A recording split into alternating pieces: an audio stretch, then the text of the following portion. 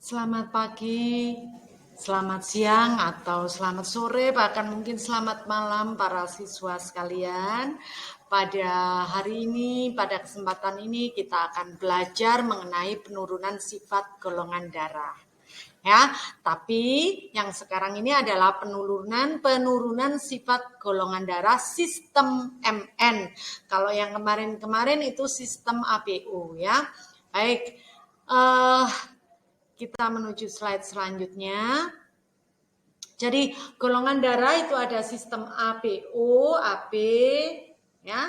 Tetapi ada juga golongan darah sistem MN, ya. Yang mana untuk sistem MN ini ditemukan juga oleh Karl Landsteiner dan Philip Levine pada tahun 1927, ya. Ya, ini masih sebenarnya tidak terlalu lama ya. Nah, dari mana penggolongan ini? Berdasarkan apa penggolongan ini ya? Nah, penggolongan darah MN ya itu berdasarkan antigen yang didapati pada darah tersebut. Antigen apa? Antigen glikoprotein pada membran sel darah merah. Sel darah merah itu disebut dengan eritrosit ya. Nah, ini jadi berdasarkan ini glikoprotein, antigen glikoprotein pada eritrosit atau sel darah merah. Nah, ini kenapa kok tidak segera diketahui waktu itu? Karena ternyata yang namanya antigen itu tadi itu tidak bisa diperiksa secara langsung. Jadi ceritanya antigennya itu disuntikkan dulu ke kelinci ya.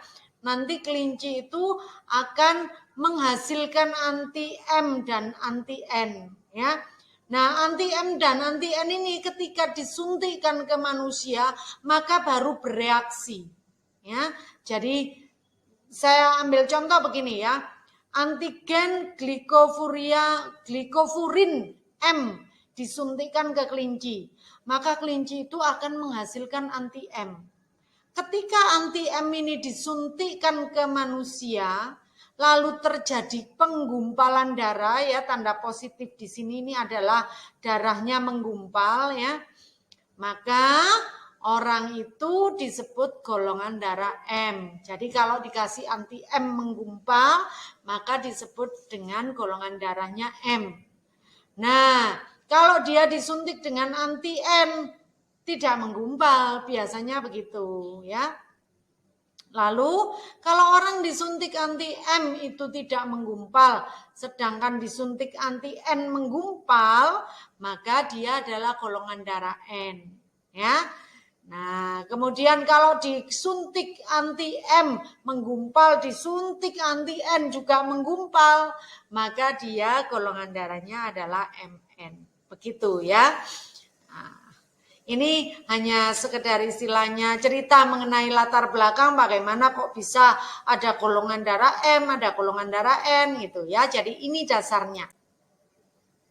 Sekarang yang kita pelajari itu adalah mengenai penurunan sifatnya, bukan mengenai bagaimana itu disebut M atau N gitu enggak ya. Nah, begini cara menurunkan sifat golongan darah M dan N itu. Jadi golongan darah MN ini untuk menghargai Karl Landsteiner itu disebutkan terkait pada kromosom L ya. Jadi nulisnya seperti ini. Kalau ABO kan kromosom I ya. Ini kromosom L ya. Misalkan si A golongan darahnya M ya. Ini enggak ada dominan resesif ya. Sifatnya ini enggak ada dominan resesif. Sifatnya saling mempengaruhi. Maka kalau golongan darah M, maka nulisnya L, M besar, L, M besar. Kalau golongan darah N, maka L, N besar, L, N besar. Gitu ya. Dari induk yang ini akan dihasilkan gamet ini. M toh. Dari induk yang sebelah sini akan dihasilkan gamet LN. Sehingga ketika gamet LM ketemu dengan gamet LN, maka anaknya atau keturunannya semuanya adalah MLN. Atau golongan darahnya adalah MN. Atau 100% filialnya berfenotipe golongan darah MN. Seperti itu ya, paham ya? Nah, ini kan gampang sekali. Jadi, saya berharap dari 2 soal yang ini Anda bisa segera mengerjakannya. Ya, nanti ini kamu screenshot atau kayak mana gitu ya, atau disalin, lalu dikerjakan di kertas atau di buku catatan. Ya, oke. Selanjutnya saya akan menjelaskan bagaimana penggolongan darah MN ini berkaitan dengan golongan darah ABO. Ya, kita lihat gini. Ada satu contoh soal ya. Tito golongan darahnya AB dan M. Maksudnya Tito ini golongan darahnya AB kalau dari sistem ABO. Dan golongan darahnya M dari sistem golongan darah MN. Ya, menikah dengan Siti. Nah, ini Siti nih. Golongan darahnya A-nya homozigot dan golongan darahnya MN. Tentukan kemungkinan fenotipe dan genotipe golongan darah anak-anaknya. Nah, bagaimana cara ngerjakannya? Ini ada beberapa step ya. Step yang pertama, kamu buat dulu persilangan golongan darah sistem ABO dulu ya. Nah, tadi dikatakan AB menikah dengan A. Tadi itu loh. Soal yang ini tadi loh. Tito AB, Siti A, homozigot. Maka persilangannya seperti ini.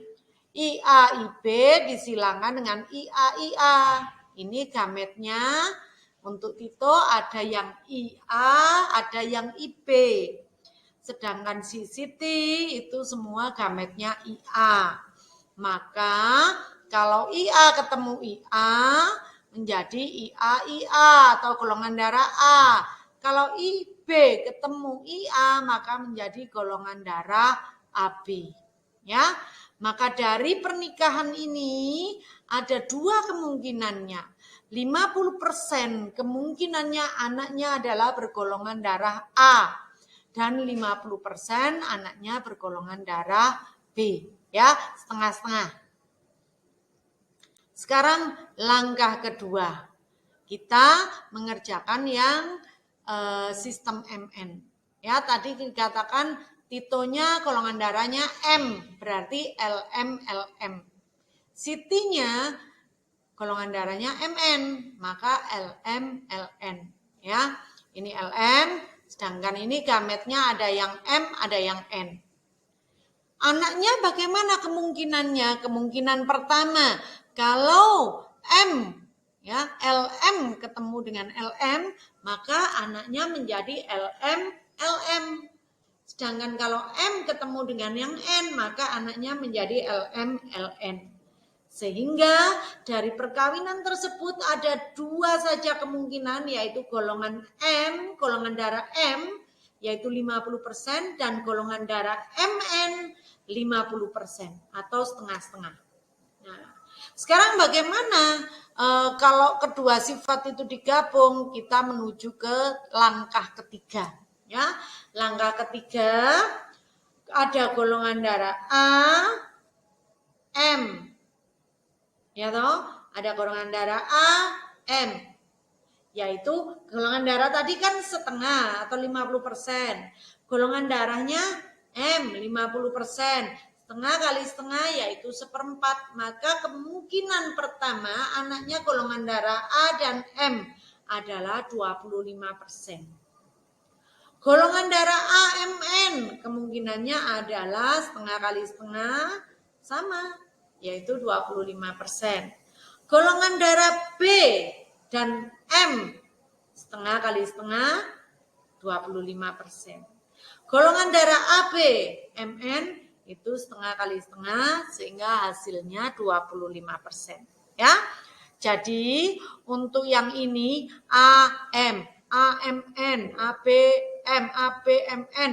Ini kamu bisa buat dalam papan caturnya seperti kalau persilangan itu ya. Caranya sama seperti itu.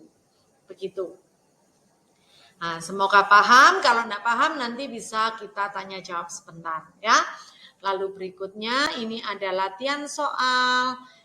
2 latihan soal, nanti kita bahas sama-sama.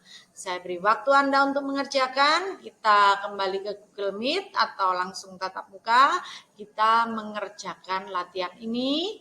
Dan jangan lupa apa yang sudah kamu tulis di foto, masuk ke GCR sebagai nilai tugas. Selain hari ini saya menilai keaktifan Anda. Demikian penjelasan Bu Lili. Terima kasih atas perhatiannya. Selamat pagi, selamat siang, selamat sore, atau bahkan selamat malam.